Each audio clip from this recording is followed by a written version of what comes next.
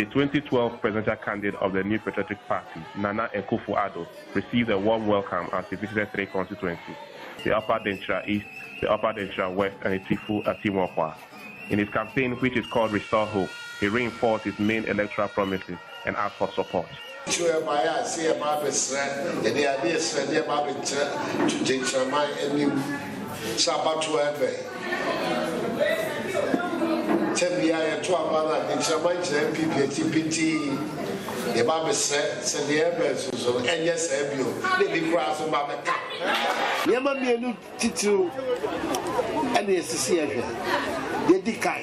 A choir, you bet to me, I'll fast one my many mina to me a school. I am for school corners of Mayan Sikasam. The Baba is Casamana to say, it's Caforman one and bring up our school. Your penisa.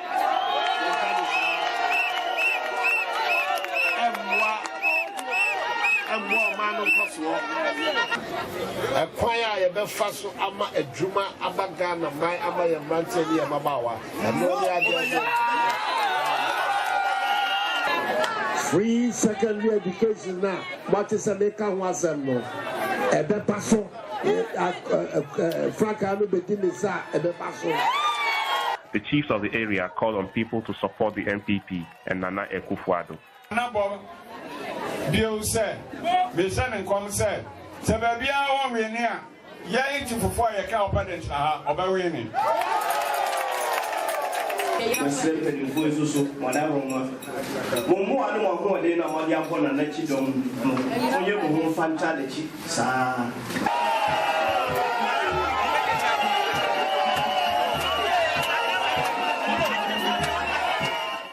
Well, viewers, that was Nana Akufo-Addo in the Denkyira East and West constituencies in the Central Region. With me in discussion this evening is Samuel Abu Jinapo, a member of the MPP communications team. Abu, welcome to Minority Caucus. Thank you, Perry. Thank you.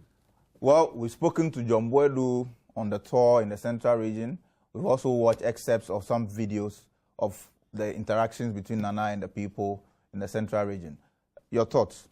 Well, first of all, I think that all of us members of the New Patriotic Party are hugely grateful to our candidate and our leader, Nana Akufo-Addo. The kind of campaign that he's embarked on for this 2012 elections is one that is exceedingly commendable. I mean, I've had the opportunity and privilege to tour with him at several places, and indeed, the vigor, the tenacity with which he's campaigning. I mean, I think all of us members of our party should keep praying for him and supporting him. It brings a lot of nostalgia when I think about it. Secondly, the whole process of mobilizing our party for election 2012 and victory 2012 began in 2009. What our party has captured as reflect, rebuild, and recapture. We went through far-reaching amendments. We've done the rebuilding. We are ongoing. We are in the recapturing stage. Our candidate has done the listening tour. He's doing the tour to restore hope.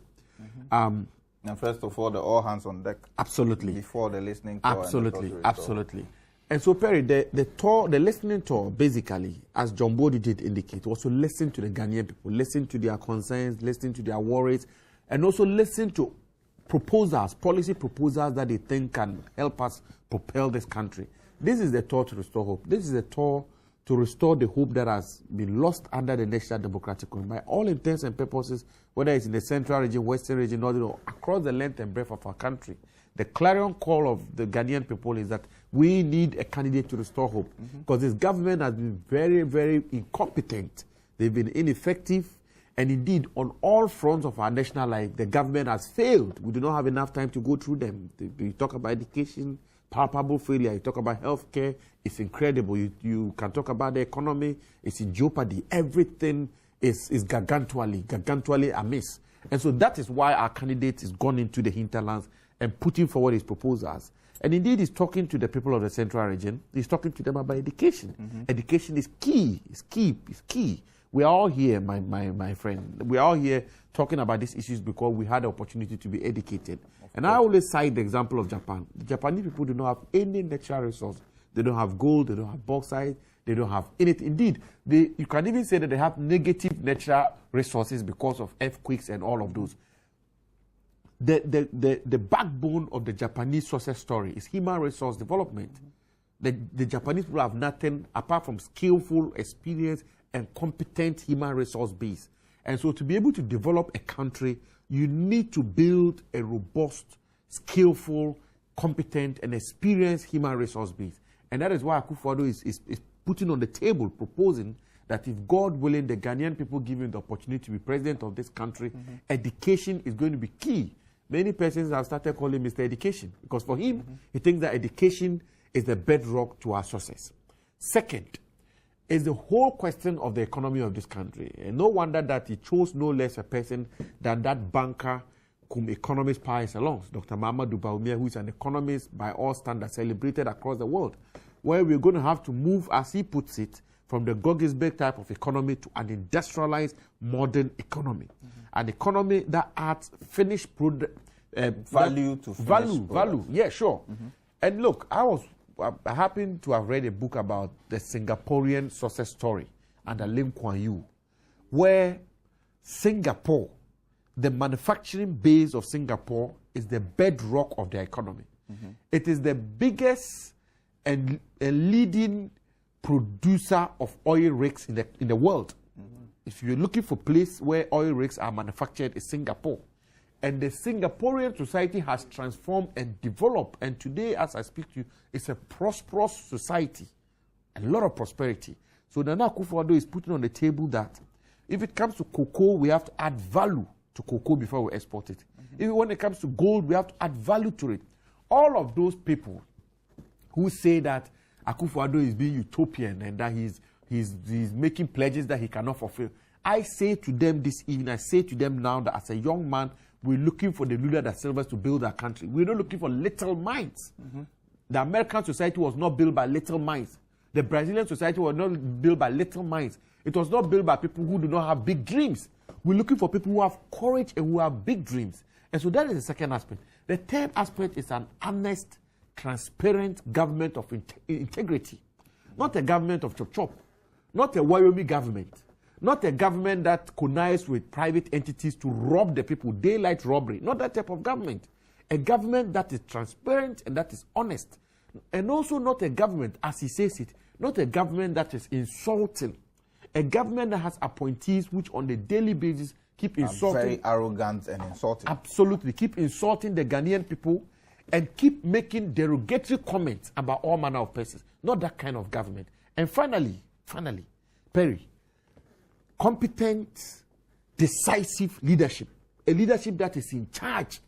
A leadership that will not give instructions that payments should not be made on 2 occasions and those instructions be flouted with impunity. So this is the message of hope that Nana Akufo-Addo has taken across the length and breadth of this country. Thankfully, he's completed the Central Regional Tour. He's taking it to the Western region, and he's going to take it to every hamlet, every village, every town, every city in this country. Besides, he's been around the country. I would want you to also touch on this point, like I asked John Boydu earlier. This week, especially since Monday and the weekend preceding, when we were told that there was going to be a huge or a gargantuan expose that will either compel the flag bearer of our party to resign his flag bearership, so the MPP would have to go looking for a new flag bearer. It turns out that the press conference was held and nothing really came out of it. But what has been the discussion in the last couple of days has been that there's a certain misrepresentation that Nana Addo has said that he would not pay judgment debts at all when he becomes president. I would like you to elaborate on that, especially you being also an aide to the presidential candidate. Well, Perry, first of all, like you rightly put it, over the weekend, Mr. Okudzeto had indicated that he was going to make some mind-blowing revelations. And indeed, all throughout the weekend, some of us were inundated with calls, distress calls across the country that what could be the revelation that Mr. Okudzeto Ablakwa was going to give out. And my response was very simple. I told them that, look, forget about him because he has no revelation. For those of us who've had the privilege to work with him closely, we do know that he's a man of integrity. He's very, very meticulous. And so it is never possible for any revelation to come out which will destroy his political career. And also the National Democratic Congress under Professor Mills has conducted 6 forensic audits at the Ministry of Justice and Attorney General and the Ministry of Foreign Affairs. Not even a pin, not a shred of evidence has been found against Nana Akufo-Addo. Since 2000. Yes. So for some of us, we treated those threats with the contempt that they deserve. No wonder that Okudzeto just wasted the taxpayers' money. He wasted the time. Look, I can't agree more with Mr. Kofi Wayo that the kind of this press conference was almost, for want of a better expression, as he puts it, stupid. Why? Perry, nobody has said anywhere, whether it's Akufo-Addo or the MPP or civil society or ordinary Ghanaians, that payment of judgment debts per se is necessarily wrong. Indeed, it will be preposterous for anybody to make that point. Even Multi-TV here, a small company like Multi-TV relative to the government of Ghana, in its dealings will incur liabilities. It's never possible. Even individuals like us, we do get engaged, we do get into certain engagements and we incur liabilities and we settle them. Even on stations like this, utterances that are made by panelists leads to court action. Absolutely. And people get judgment for these things. Against them. Thank you very much. And so how much more a government that does business with on the a daily basis. On a daily so basis. Governments will naturally incur liabilities. And I'm quoting Nana Akufo-Addo as he puts it on his platforms. And this is what he says, and I quote, "Wyoming will never happen under a President Akufo-Addo." End quote. And every Ghanaian do know what Wyoming is about. Wyoming is gargantuan fraud. And the government itself is in court making the claim that Wyoming has defrauded the state to the tune of 510 billion. And so when Okudzeto Ablakwa, and let me use the word Okudzeto advisedly because you are an Okudzeto, let me differentiate between the NDC Okudzeto, which invariably Mr. Kofi Wayo holds stupid press conferences, and our Okudzeto, who is the deputy communication director of our party and working very hard for the success of our party. Perry, so when Okudzeto held his press conference, during which the Minister of Information was the MC. He was the one in charge of the charade. It's incredible. And then the de facto minister was there ordering people to read press statement, letters, and then the it's incredible. Viewers, your minority caucus will take a break on that note. I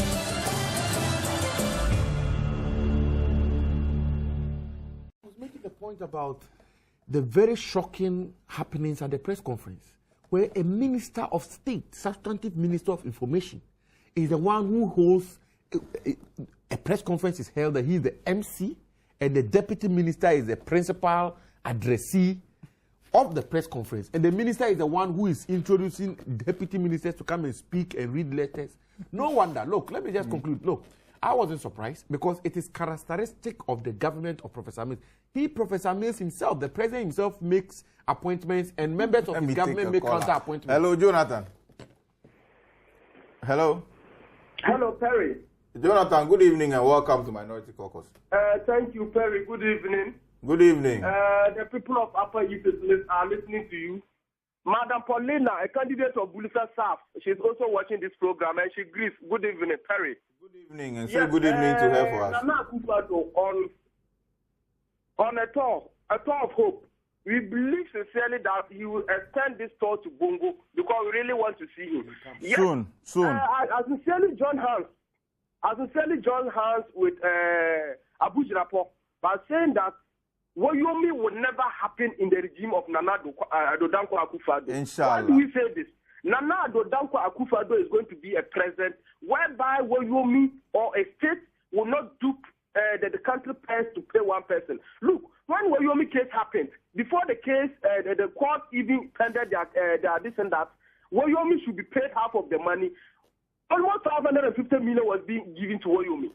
When a committee was being set on the CP case, that they should find out the causes of the CP judgment. Then what did happen? Before the court even came out with their judgment, CP was being paid. So Nana Akufo-Addo is saying that Wyoming cases will never happen in the regime of him. And we are extending our distance to Nana Akufo-Addo that he should come to Bongo to come and see what we are really suffering. Look, Alberta Bongo in 2008 promised us that when we vote for Professor Mensah and Alberta Bongo, they are going to make sure that they will construct the road from Bongo to Bongo. But today, what are we seeing? Look, they have come back to even place a symbol telling us that they are coming to do what? Not even construct. I'm telling you, Perry, not construct, but they are telling us that they are coming to patch the roads that they promised us that we are coming to do for us. Look, today in Bongo Hospital, people are being slept on the floor instead of being this. Please wrap up for us so we can go on to the next caller. The MPP government going for Bongo Hospital is the only word in Bongo Hospital. Thank you.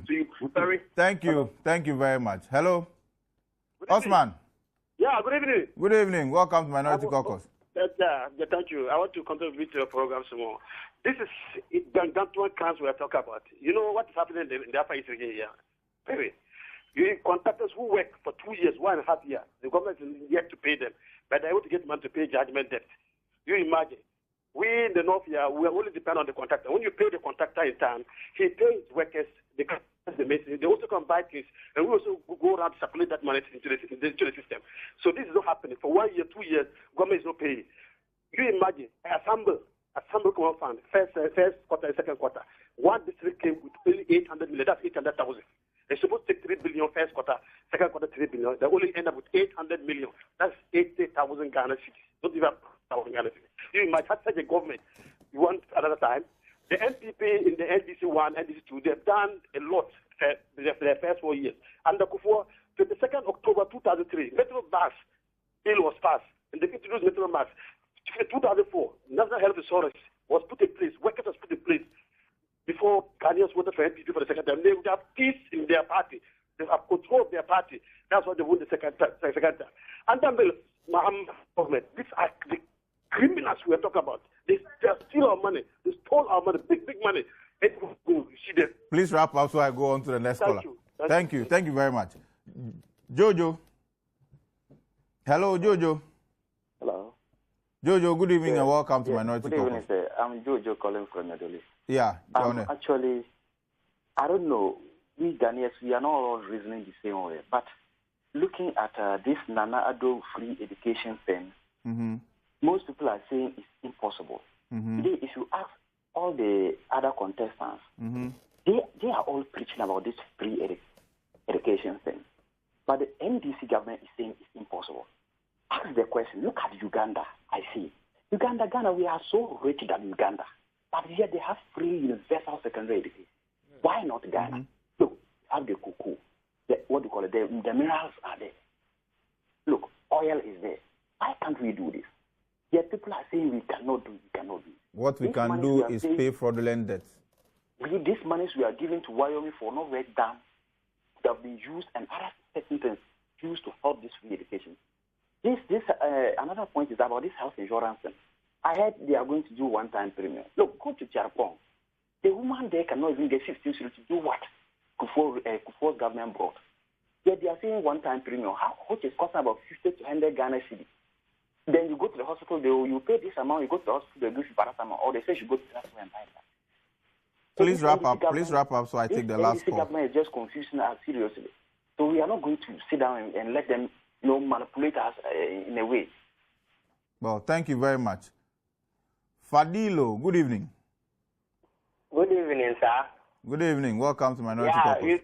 There is a saying that that if you are poor and you have something, you don't give it to the poor person to keep for you. You rather look for somebody who is rich or richer to keep it for you. We have decided to cause this whole problem for ourselves because we know that these people are hungry and they are poorer than the way we think we are. Then we rather give ourselves to them. That's why they are trying to snatch and scatter everything that this nation is having. Well, thank you very much, Fadilo. I'll go to Abu for closing remarks and then we wrap up. Harry, I have made this point. Nana Akufo-Addo has been talking about it. And I stated as a Northerner that any Northerner who wants one reason to vote against the NDC and Professor Mills, your reason is in SADA. The reason being that the NDC, through its manifesto, and manifesto promises are the most sacred that any political party can make. Through its manifesto, had promised that they will establish a Savannah Assimilated Development Authority with a seed capital of 200 million Ghana cedis and a yearly contribution of 100 million Ghana cedis. By now, the amount of money that should have accrued to SADA should be in the neighborhood of 400 million Ghana cedis. The last time I checked, the Chief Executive Officer of SADA, Alhaji Gilbert Idi, was being asked as to what SADA has done so far And he said that when there was flooding in the north, they distributed blankets. It's southern now, not more. My brother, so I'm just saying, this whole so-called much talked about over-labored developmental gap between the north and the south, the bridging of it, the NDC, as Dr. Bawumia did put it, is doing la sulala with it. So I know that the people of Northern Ghana watch this program a lot. All of us must mobilize our forces together to vote against this NDC government and bring into place a government that would genuinely work to bridge the developmental gap between the north and the south by establishing the Northern Development Authority and genuinely commit funds into the Northern Development Authority so we can revolutionize the agricultural sector in the north. We can bring quality education to the north so the northerner can also be uplifted from the current quagmire that we find ourselves in. And then from the northerner, you realize that we're discussing the central region, and the central region also happens to be one of the most deprived regions. I was just about getting there. You know, very high level. Yes, the fact that the central region is the subject for our discussion today, I wanted to conclude with that. And indeed, as Nana Akufo-Addo has been to the central region, I think that the people of the central region cannot find any better candidate than Nana Akufo-Addo when Nana Akufo-Addo represents education. Because as we all do know, they are the touch-bearers. They are the forebearers. The whole antecedent of educational system in our country started from the central region. And even in contemporary educational dynamics, central region is the bedrock, is the pivot of the educational system in our country. And so for a candidate who is promising quality education, promising affordable education, the people of central region cannot have any better candidate than Nana Akufo-Addo. And also, the question of fisher folks.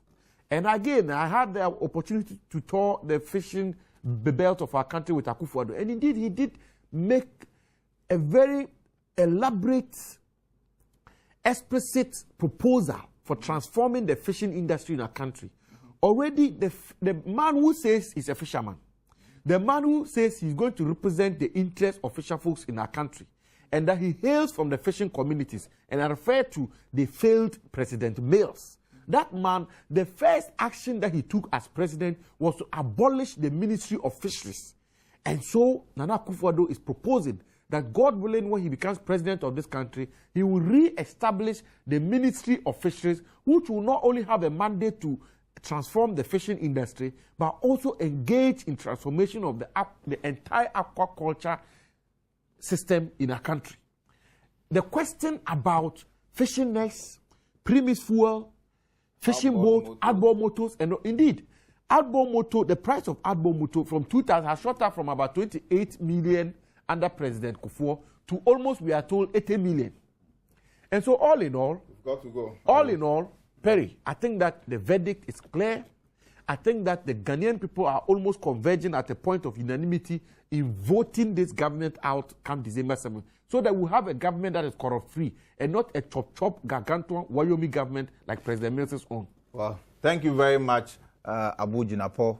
We've been discussing the Central Region Tour to Restore Hope with Nana Addo Dankwa Akufo-Addo. We spoke to John Boedu earlier on, and with me in the studio has been Samuel Abu Jinapo, an aide to Nana Addo and also a member of the MPP communications team.